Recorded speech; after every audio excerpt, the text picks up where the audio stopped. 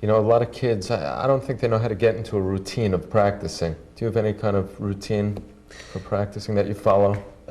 When I was a lot younger, I definitely had a serious routine, and now, with my schedule the way it is, I look at playing live as being the practice, and that's the only kind of routine that's really routine in my life. I mean, you play a show, you do the next show, you do the next show, and that's kind of routine. So I look at playing live as the best practice, and actually I always believe that, you know, even when you're just starting out and being in bands. I mean, one gig with your band is worth 20 days of practicing in your bedroom, you know, because you're like there, you're on the spot, and you have to do it, you know what I mean? So in the bedroom, nobody's gonna hear if you make a mistake or anything like that. So I always believed that from the beginning, so I tried to just play out and in front of people as much as possible, and that was my practice. And I think that's a good habit, but of course behind closed doors you got to do a lot of actually boring, routine, kind of scale-like practicing. And I'll admit that I haven't done so much of that lately, you know, and if I practice now, there's usually something specific I'm working on, like maybe a piece for my solo album or something for Megadeth. Maybe a passage is a little bit difficult, or I want to come up with something that's a little bit more interesting, so I'll work specifically on a particular part. But I don't have what you'd say a routine of just general practice anymore. But when I did do quite a bit of that, I found that it's best to practice things that repeat, because you want to have a good sense of timing while you're soloing. You want to have a good sense of syncopation. So maybe I'll give a couple examples of really simple things that repeat and maybe are syncopated.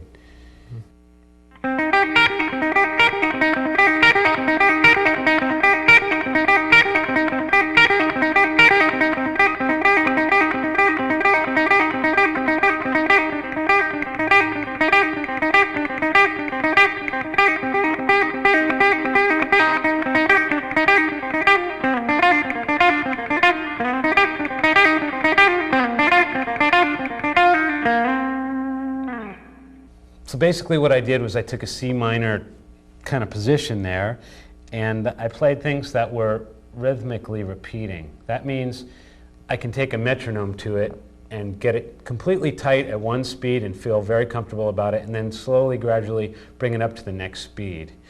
And maybe there are 3 or 4 examples of patterns in there, but the most important thing is to never play at a speed that you're playing sloppy in. You know, you should always bring it down to something really slow and then build it up. But I would have hundreds of patterns like this, and I even kept them on a list. I wrote down, I don't know how I named these things, but somehow I gave them names, you know, C minor, whatever. And I made a list, and I had the date and what my metronome speed was, where I could play it cleanly and precisely. And then I would just do it over and over and over again, you know, and it really helped out, you know, because I feel that when I'm soloing along with music, I can break into this kind of thing at any time. But I haven't done that kind of practice in a long time. Do you change the keys of the... Yeah, I do everything in every key. I mean, once you learn it in one key, you got to move it to another key, because then you don't want to be locked. A lot of times people learn stuff like exercises, and they learn it in one key, and they can use it in one key, but then they can't use it anywhere else, and it's completely wasted, because most things are completely interchangeable without even changing your fingering. So it's really important to move everything around in the learning stages too. Be comfortable with it.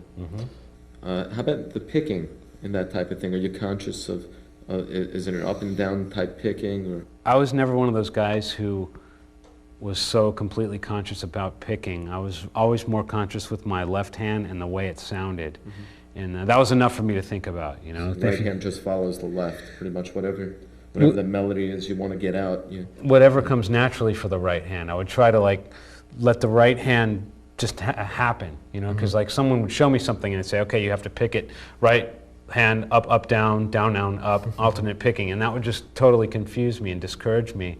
So I concentrated on trying to get the sound out that I wanted to hear and let my finger, my right hand just kind of do it. And usually I got pretty lucky with that way, you know, because it's just way confusing if you are conscious of that. Now, probably most better guitar players than I am are very conscious of that, and I'm just not. What's involved in the composition? One of the things that has always been important to me in arranging and composition is adding of supporting parts and building like a house gets built. You got your foundation, and then you got a little part above that, and you can still hear that part while you're adding another part on top of that, and then possibly you solo over that. That sounds confusing now, but I think I'm going to give you an example. I'm going to play along with the main theme and first solo from a song called Forbidden City from my Dragon's Kiss album, and you should be able to understand what I mean about building the house. Great.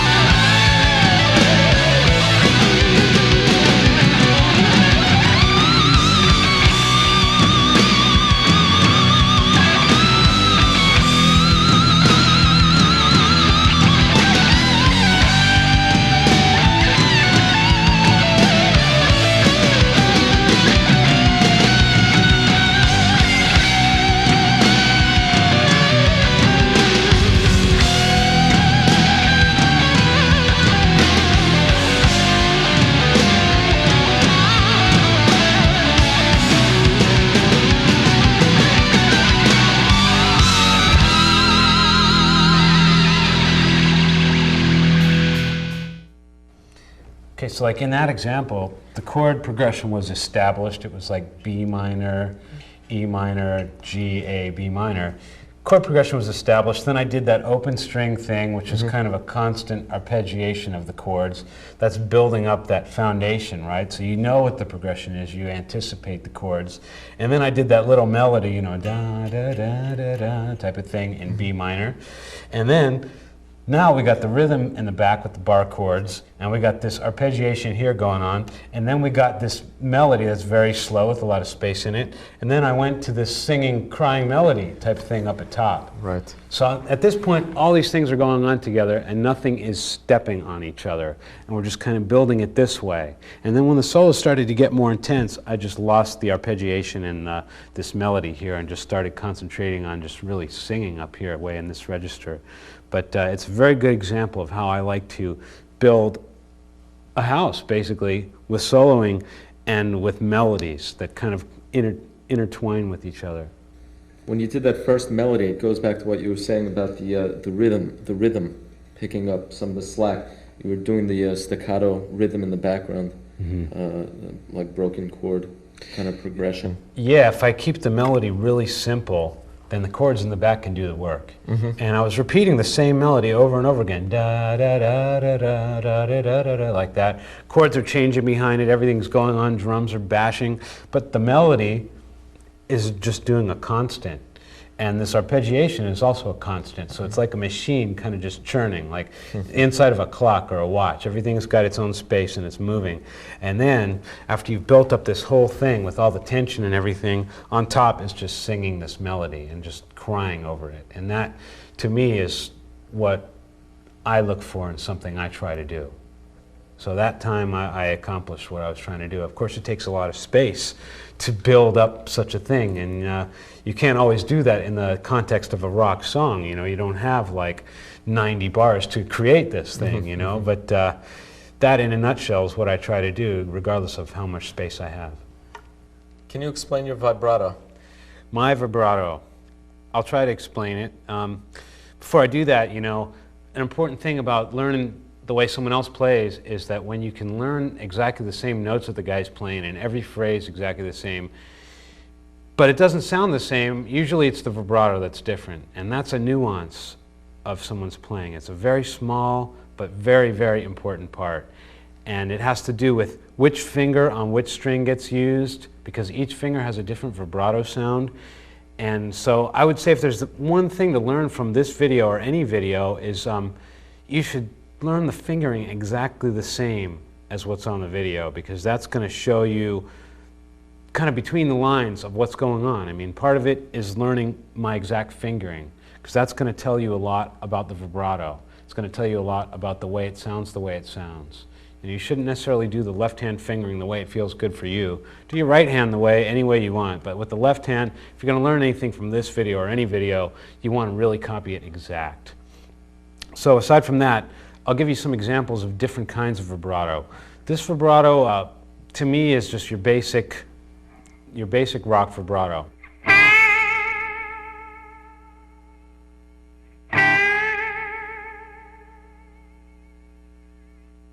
Wavering sound, and it kind of rumbles your heart a little bit. You know, you want to just keep playing it, you know, but it's important to keep it in tune as you're doing.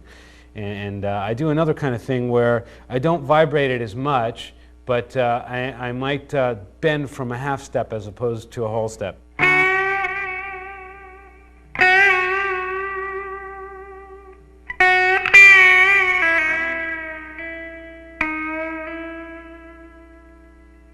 It's a lot faster vibrato if you use your second finger and go down like this without bending. And then there's something that I do quite often that sounds kind of weird. It's bending up to a half step bend and bending back down and back up really quickly, like this.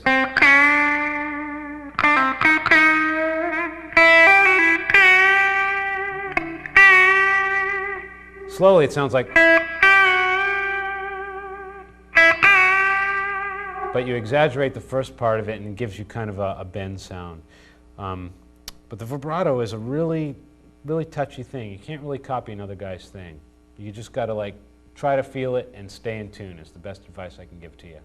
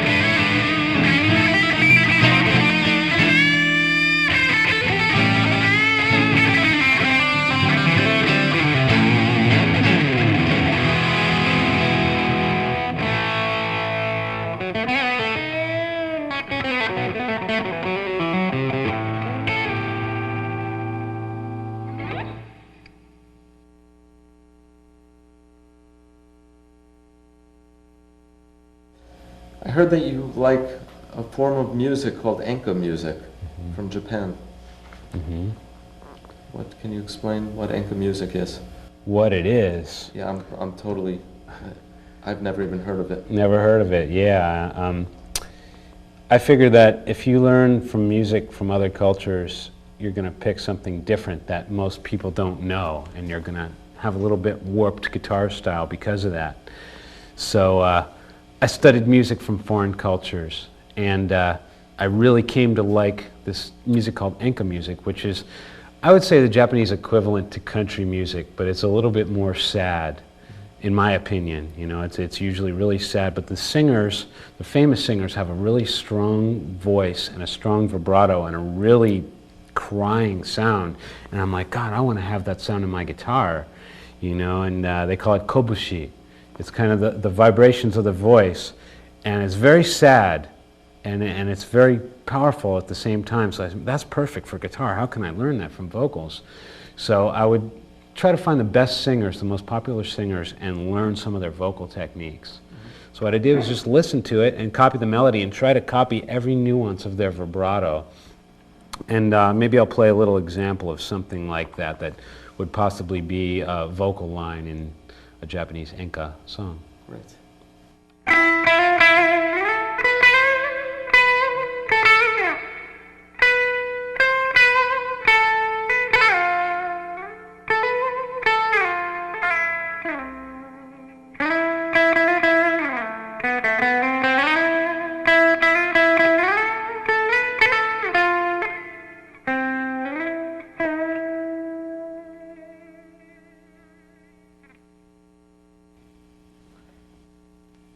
Okay, the thing about that is you really have to look at the nuances of what I just played.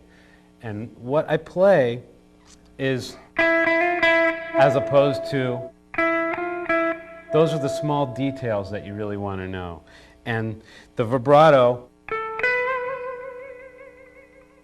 like a voice shaking. And when you do those pull-offs, I'm copying the vocals. The vocals sometimes do kind of like those dips in and out like that. Instead of going, I might go. Is there a solo that you do on one of your records that could demonstrate? Oh, that's a good question. I'm sure there is.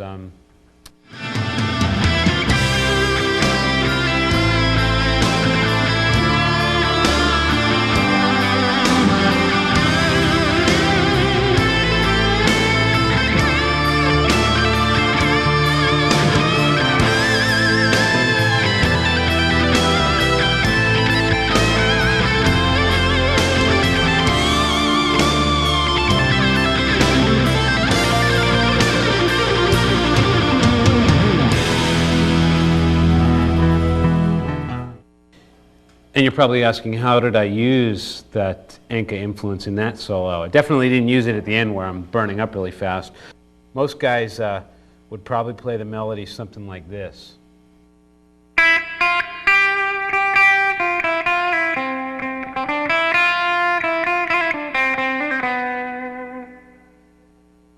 That's how most guys would phrase the melody, because that's what the melody is.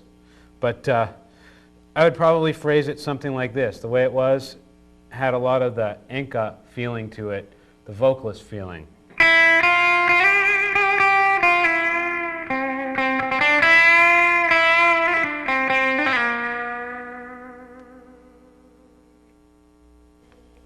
So the half-step bending, instead of a typical rock phrase like that, I went, or even without picking the last note.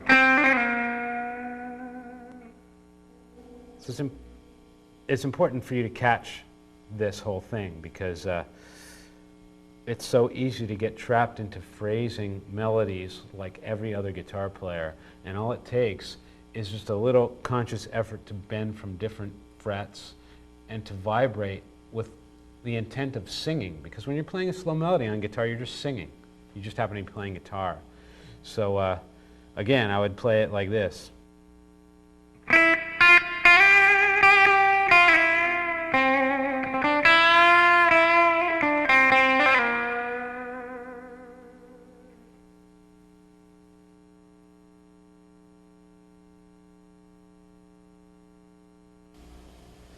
What kind of gear are you using? Gear, I use something I don't really know much about, but I use VHT power amps, I use a custom audio electronics preamp, I use a Bradshaw switching system, couple Yamaha SPX 900s. Don't use effects very much. You know, I always believe that the tone comes from the fingers. Mm-hmm. And I use crate cabinets and sound great everywhere I go. It's an intricate rig. For someone young starting out, what would you recommend? Marshall amp. Actually, crate amps, I should say that. I mean, I'll be honest, I use crates because they're great and they work great for me, and I think the original idea for heavy metal is a Marshall. We all know that. There's no denying that. And so my crate sounds just as good, if not better, than a Marshall. But you know, we all go for that sound. You can get it from many different amps. So you know, there's a lot of amps out there that sound good. Just get a simple amp. You don't need a lot of effects. Get a distortion, maybe a chorus, and then go to town. And what kind of picks, strings are you using? I use my own picks, which are MARTY FRIEDMAN picks. Similar to Fender Heavies, and they feel like Fender Heavies. And strings, I use Dean Markley's Magnums 10 to 52.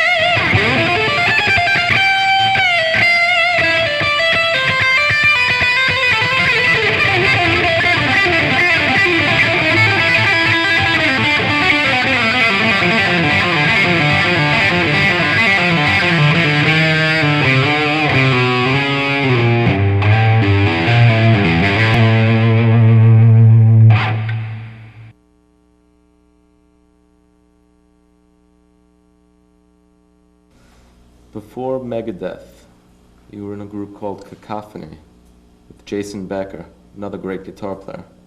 What was he all about? Great guitar player is an understatement. He's a genius, really.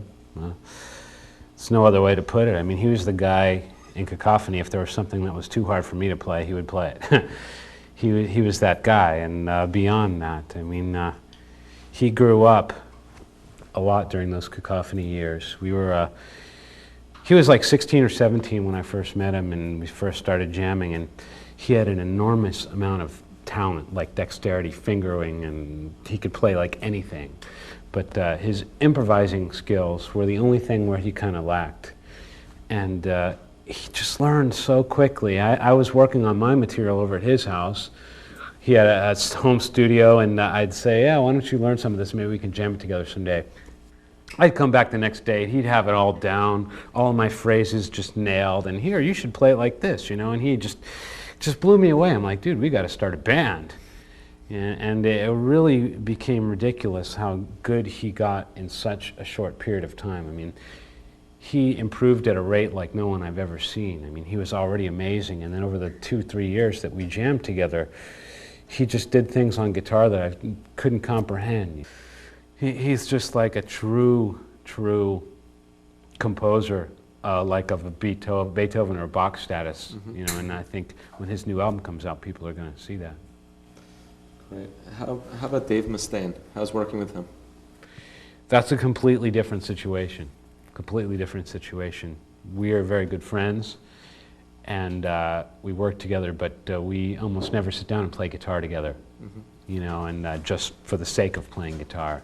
When we play guitar, you know, we have a distinct goal in mind. You know, we're either rehearsing for a tour, or working on material for an album, or we're in the studio working out solos or working out rhythms or something. There's a very distinct goal, you know, and Jason and I, we just jam all the time and see what happens, you know. Right.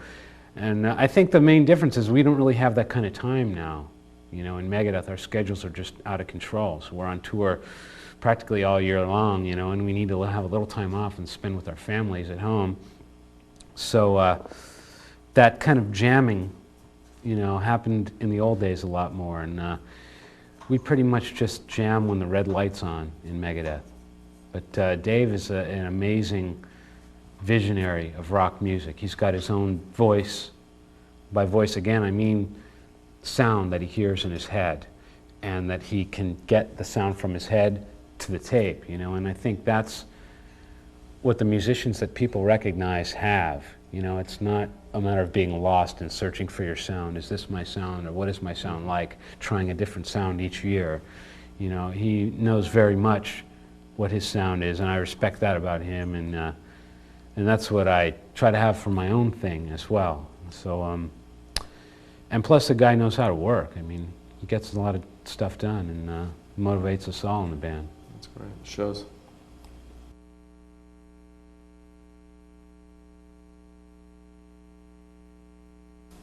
What have you been listening to lately? What kind of music? You know, I think that lately there hasn't really been anything that attracts me to some new music, but I have a theory about that, and I think that when you're like 14 and 15, early teen years, that's when your influences get decided, and that's when your favorite music gets chosen. And then, especially in the music business where you're working with music all the time, and music is your life, the new things that are happening, the trends kind of bounce off, you know, and it's not like you're going to get influenced again like you did when you were a teenager. You know, when you're growing up, you're really excited about this great new band, and you kind of get immune to that as you grow up. So I think the bands that I really liked growing up are still my favorite bands now as far as rock goes. I mean, the Ramones are my favorite band, although it sounds nothing like my music. I mean, if I were to listen to something, I think I'd listen to them, you know, Ramones, Sex Pistols, early Kiss, early Scorpions, and I don't listen to too much hard rock, you know, on my free time listening to music. I listen to a lot of music from other countries, you know. Pop music from Japan I like because I'm studying Japanese, and sometimes the lyrics are easy to understand and it makes it easy to study. I like traditional Japanese music, and I really like Chinese music. The instrument that the Chinese use that's similar to a violin called an erhu has a sound that I want to imitate on guitar so much. It's just a beautiful sound. It's very sad and weeping and crying and singing instrument. I think it has like 2 or 3 strings on it, and I listen to a lot of that just to hope that some of that sound seeps into my mind so I can play that way. And I enjoy that music as well. But I started off listening to 50s music exclusively. I only liked stuff from the 50s, you know, the real rocking stuff, you know, the Elvis, Chuck Berry, you know, Bill Haley and the Comets, all that stuff. Not for the guitar, but just because I liked the attitude of that kind of stuff. And I still like 50s music because the songs are songs, and they're easy to understand, and it's just fun stuff. So that's what I'd listen to in my own spare time. What took place at the rehearsals? Other than rehearsal, what you guys? Well, you know how drugs or anything? you know how that a lot of rock bands, especially young rock bands, when you're like 15 and stuff like that, young rock bands like to experiment in getting high and stuff like that because they think it's part of the rock star culture. Where do you stand now on it? On drugs? I really have a serious idea about that. I quit doing drugs when I was 17, and when I first started playing guitar, I was getting high quite regularly, and I thought, you see, I can still play very well, you know, and I'm getting high all the time. It's no problem. It doesn't keep me from playing well at all. I'm no problem. And that was kind of like my big point. I can get as high as I want and still play great. Watch. And then I thought to myself, you know what? If I can play like this while I'm high, you know, what would happen if I stopped taking drugs, you know, and would I improve or would I get worse? And it's funny, as soon as I stopped getting high, I just like improved tenfold. I could play so much better. I could hear clearly, and if I wanted to learn something, I learned it like much quicker than I did before. And that revelation made me quit getting high, you know, and it really, really helped. And I'm glad it happened at an early age because I wasn't so attached to getting high that it was an addiction or anything like that. But I'll tell you, stopping drugs definitely was the best thing I ever did for my guitar playing. I suddenly got better than everybody in my neighborhood. With the touring that you do, constant touring, I mean, it would be almost impossible. I don't see how these guys stay on drugs. Yeah, I think I couldn't do what I'm doing now if I was high. It'd be totally impossible. And of course, it was kind of the macho challenge thing to do, you know, back in the early days, and especially since that was my first band in Deuce, and it was so much fun, you know, don't get me wrong. I mean, we had a blast getting high, partying, doing gigs, and it was just the most fun I could possibly ever have. But when I wanted to get serious about doing anything with my life, I really had to like get rid of drugs, and that was a lot of fun. And now I'm in this band, Megadeth, and we're also having a lot of fun, but we're really, really working our asses off, and our schedule is just out of control. You know, we're touring, you know, 11, 12 months a year, and then we go right into the studio, and we write, and we record, and then we do press all the time, and we can't look hungover, and we're jet lagged all the time because we're flying around the world all the time, and I couldn't see where drugs would fit in. And I'm really glad I stopped.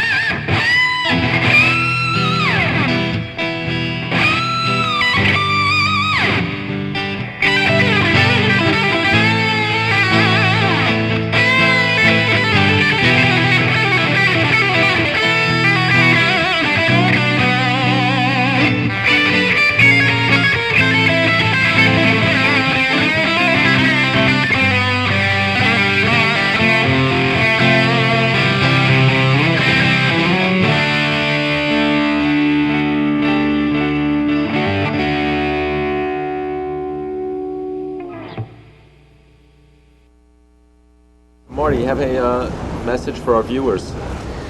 Our viewers, first of all, thank you very much for getting this video, and I think you're going to learn something, and I think you're going to have a good time watching it, and hopefully, especially seeing the old demo stuff, you know, hope you guys are still my fans. Hope I didn't lose any fans, and keep playing, and do great. Enjoy this video. Watch it again. See ya.